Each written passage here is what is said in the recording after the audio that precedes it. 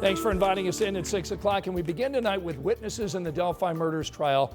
Tonight focusing on DNA, addressing questions about blood found at the scene. Abby Williams and Libby German were killed more than 7 years ago. And now Richard Allen is on trial for their murders. Our Bob Siegel and Emily Longnecker are in Carroll County tonight. They join us with the biggest takeaways from inside the courtroom. Hey Scott, two witnesses today, as you mentioned. The first discussed DNA found at the crime scene. The second, an expert on blood pattern analysis who talked to the jury about all the blood found at the crime scene and how he thinks it got to different spots. Let's start with the first witness, Stacy Bozanovsky. She went first. She's a DNA expert from the Indiana State Police Crime Lab. Bozanovsky told the jury she tested clothing from Abby and Libby found at the murder scene, skin cells from under their fingernails, blood found on their bodies and on the ground and from a nearby tree.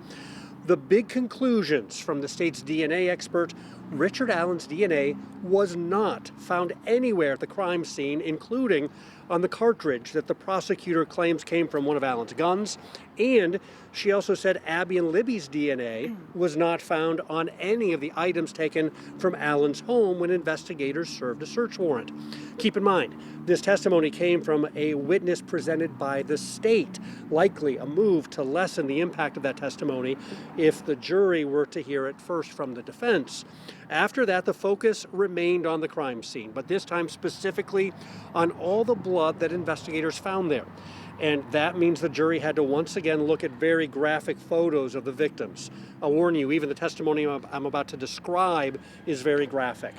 So, crime scene investigator Pat Cicero told jurors he believes Abby Williams was fatally injured right in the spot where her body was found. He says Libby German was likely attacked very close to that spot, but he believes she bled to death a short distance away based on where the most blood was found at the crime scene. And Cicero told the jury he thinks Libby's body was then dragged a short distance to a large tree, perhaps to try to make the body harder to detect. He also said Libby's blood on a nearby tree was transferred there by some object. The jury really struggled seeing these images for a second time today. At one point, the blood spatter experts said marking near Libby's eyes were consistent with tears. And at that point, Abby's grandmother put her head down in her hands and she just wept. Then it came time for the cross-examination. Emily, you were in the front row. You got a chance to listen to that. And there were some hard questions that were presented to the state's witness. Yeah, absolutely. Defense attorney Jennifer Auger pointing out to the jury that Major Cicero wasn't brought into this case until April of this past year, 7 years after the crime occurred. She also pointed out that he could only observe the crime scene through photos, not actually going to the crime scene, saying that you were stuck using photographs. The defense pointed out in diagrams of the scene that no one had noted those drag marks that we've heard the state say that Libby's body was dragged. The defense is trying to present an argument that Libby could have been picked up and moved by one person. The defense also made a point of asking about those sticks on the girl's body, saying, depending on your point of view, looking at the crime scene, that they really were not for concealment. Now, on redirect, and this was very interesting, the state asked Major Cicero if someone could be sexually assaulted without leaving any physical injuries or DNA, and Major Cicero said yes. In the end, the defense got Major Cicero, though, to testify that he could not rule out that more than one person did this, but the state on redirect having him testify that yes, it was possible that one person could have done all of this. A lot in court today. We'll have more coming up at 11. Also, we found out about a brand new evidence that the state wants to introduce. That part coming up tonight on 13 News at 11. Scott, we'll send it back to you. We're live here in Delphi. All right, Bob and Emily reporting for us tonight. Thanks. And there's more. Every weeknight, we take an in-depth look at testimony in our Delphi Debrief. You can watch that Monday through Friday night at 10 o'clock over on WTHR. That's our streaming app. It's a free download. You can get it on Apple TV, Amazon Fire Stick, and Roku. Other news tonight, Indianapolis firefighters and the ATF spent today looking for what sparked that massive fire over the weekend here in downtown Indy. It burned the HVAF facility at 9th and Penn. This is a place that provides transitional housing to homeless Hoosier veterans. Our Jenny Runovich shares the damage and what's next for these veterans. Well, on Saturday night, this area of the building was where the fire broke out and burned the strongest. It's also where today we saw fire investigators focusing their attention on trying to pinpoint a cause, and it's where we saw a glimmer of hope. HVAF of Indiana is now battle-scarred and burned. 48 military veterans now displaced. Homeless Hoosiers who were trying to turn their lives around here, only to get derailed again by fire.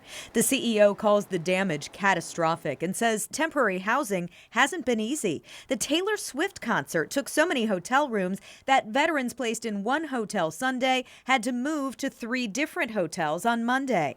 But even with all this loss, there are signs of hope. T-shirts, towels, we got some food on the way.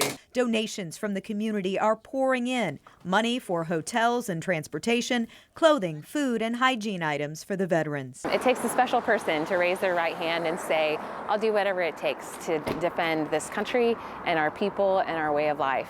And I think that fact alone means the rest of us who benefit from their service need to be willing to step up when they face crisis. HVAF says it'll likely take 18 to 24 months to recover from this fire. In Indianapolis, Jenny Renovich, 13 News.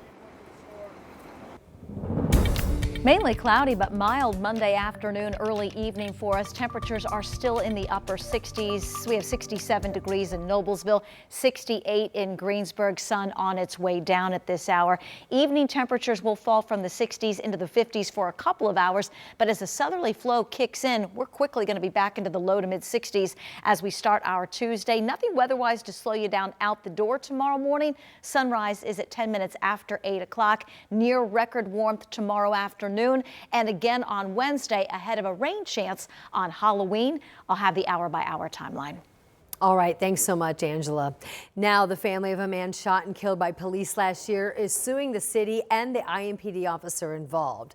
Darcel Edwards was shot a year ago. This new lawsuit alleges excessive force, wrongful death, and tampering with evidence. It claims that Edwards was shot in the back and was not a threat to the officers. Police say Edwards drove away from a traffic stop and crashed the car last October. Officers found Edwards in a tree.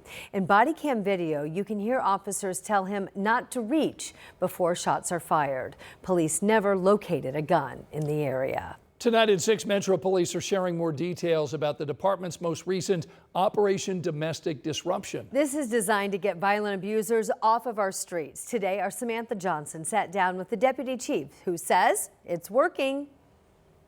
Metro Police tell us there are about 1,000 open domestic violence warrants right now in Marion County, and this latest round of the operation targeted about 30 of the most violent offenders. The people we're targeting are very dangerous people. Deputy Chief Kendall Adams says up to 60% of offenders will reoffend, and they're often linked to other serious crimes. That's why for the 5th time in just 2 years, IMPD conducted Operation Domestic Disruption. I'm going to confirm that his black Charger. This is video shared by police of the actual operation. Chief Adams says while the goal is to hold those offenders responsible, it's also to connect with victims and offer help. They have power. We want them to be able to walk out of that situation. So far, Metro Police have located 18 people on their radar this time around. And even though the operation week is now over, Chief Adams says the search for offenders is not. In Indianapolis, Samantha Johnson, 13 News. Thank you so much, Sam. And if you or someone you know needs help, you can call the National Domestic Violence Hotline 24/7. We've also put together a list of local resources for you right now if you head to WTHR.com.